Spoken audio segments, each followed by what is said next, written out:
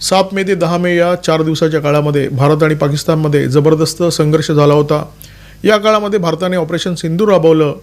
अमेरिकेचे राष्ट्राध्यक्ष Donald Trump यांनी या काळात भारत आणि पाकिस्तानला एका तागडीमध्ये तोडण्याचा प्रयत्न केला। दोन्ही देशांना एका रांगेत उभं करण्याचा प्रयत्न केला। दोघांना एकाच प्रकारची वागणूक देण्याचा प्रयत्न केला।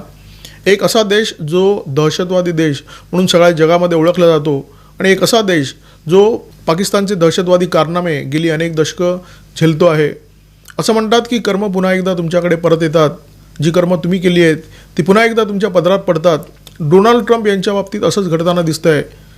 एलॉन मस्क यांच्यासोबत त्यांचा जो संघर्ष सुरू आहे त्या संघर्षाच्या नंतर पाकिस्तानचा एक अत्यंत टुकार भिकार असा राज्यमंत्री दर्जाचा तरुण या दोघांमध्ये समेट घडवण्याचा प्रयत्न करतोय, मध्यस्थी करण्याचा प्रयत्न करतोय।